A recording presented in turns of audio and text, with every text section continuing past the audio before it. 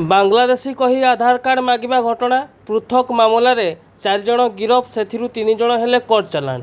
बारिपदा सहर में बांग्लादेशी कही स्थानीय लोक मानू आधार कार्ड मागी पिटामरा करने घटना पुलिस पक्षर कार्यानुष्ठान ग्रहण कर शनिवार और रविवार घटी दुईटी पृथक मामलें समुदाय 4 जन को गिरफ कर से 3 जन को कोर्ट चालाण कर बारिपदा टाउन थाना अधिकारी सुमित कुमार सोरेन सूचना प्रदान करछंती। शनिवार संध्यारे सुनगड़िया ठारे घटिथिबा घटना रे 2 जन को पुलिस पक्षरु सोमवार कोर्ट चालाण कर सेमाने हेले कृष्णा मुखी और राहुल मुखी। सेहीपरि रविवार राति रे तकतपुर ठारे घटिथिबा घटना रे समुदाय 2 जन को गिरफ कर सेथि मध्यरु दिलीप कुमार राउत ओरफ जगा को सोमवार कोर्ट चालाण कर अन्य जड़े आहत थिबारु पुलिस हेफाजत रे पीआरएम हॉस्पिटल रे चिकित्सा जारी रही। तेबे दुईटी घटना संपृक्त थिबा अन्य अभियुक्त माननकु खूब शीघ्र गिरफ करा जिवो बोली पुलिस पक्षरु सोमवार संध्या 6 घटिका समय सूचना दिया जायछि।